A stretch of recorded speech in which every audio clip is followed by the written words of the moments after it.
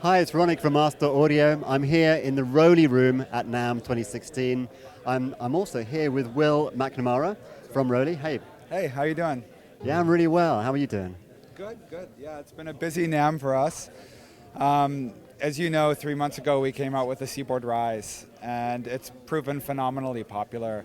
It's gotten great reviews, including from Ask.Audio. Thank you. Yeah, well, we did review the RISE 25. I think it was just called the RISE back then. Exactly. Yeah, but it's really the 25 because we have a 49 behind us.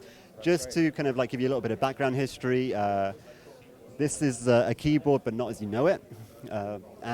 We reviewed the RISE, a little bit skeptical at first, but that soon kind of disappeared when we realized how powerful it is, how expressive it is as an instrument, which is kind of one of the most fantastic things. So, yeah, we'd love to know a little bit more about the RISE 49 and about the software as well. Sure. So the best place to start is probably with what we're now calling the RISE 25. That introduced this revolutionary interface for making music. As you can see here on the 49 key version, there's a sort of tactile silicon surface. It's soft but semi-rigid. Underneath this are over 100 sensors.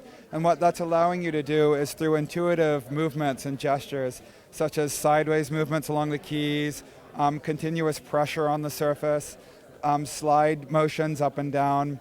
All of these natural intuitive gestures are allowing you to modulate sound on a keyboard interface, but often using movements that are borrowed or more familiar in the world of acoustic and string instruments. For instance, the vibrato movement, you can simulate, you can actually recreate here with just as much expressive depth as you could on a violin.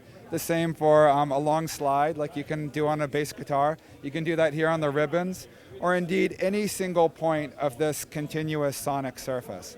So the idea with the RISE is that on one new interface you can combine the sort of expressiveness that's possible in acoustic, wind, brass, and electronic instruments, all in a keyboard architecture that's familiar to many instrumentalists the world over. So that was the theory. It came in practice with the Seaboard RISE that, as we've been talking about, has exceeded even our expectations in all respects, in terms of the market reception, in terms of early sales.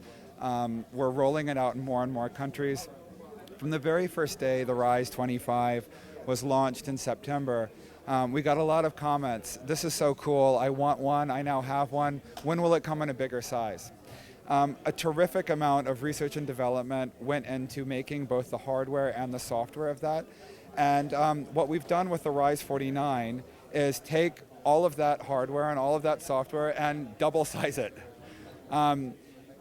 This is the same Seaboard RISE, but with a 4-octave playing surface rather than a 2-octave. And obviously this is better suited to performers or just to people who want that much more playing surface rather than a more portable version of the Seaboard RISE that has octave shifts. This is a full performance next generation MIDI controller. It came out 2 days ago, and we think we know the market niche that this is directed at, but ultimately this is so new that we'll learn ourselves over the next few months. It's a time of discovery, I guess. That's right. This is obviously beautiful. We actually also just saw a performance by Jordan Rudess, which we'll have a video of. We were lucky enough to chance upon the performance, and so we've recorded that. If you check on our YouTube channel, you'll find it there. It's phenomenal, so you have to check it out, really. Yeah, that was phenomenal. Yeah, that really was. So also the software. So the software's been updated as well in the past couple of days. Can you run us through some of the most salient features? Yeah, so you're looking at the user interface of Equator that was developed in tandem with the Seaboard RISE over 2 years ago. This is the version of Equator that is for the RISE as opposed to the Grand. And it also was updated 2 days ago. Among the features are over 100 new presets. There are now multi-velocity sample capabilities, so that, for instance, with percussive sounds that work really well on this tactile surface, there will be a different register of sound depending on the force of the strike, simulating, of course, the sonic effect of a drum or a percussive instrument. What else do we have? Tempo sync, and some other features that weren't available on V1 of Equator for RISE and now are.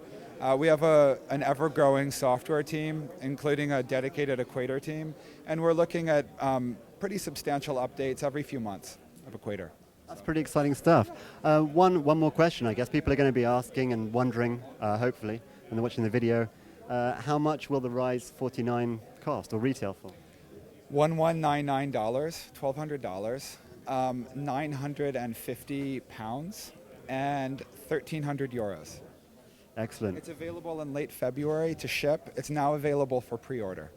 So you can just head onto the Roli website and check it out and then pre-order there. That's right. Thank you so much, Will, for your time. I really appreciate it. Thank you.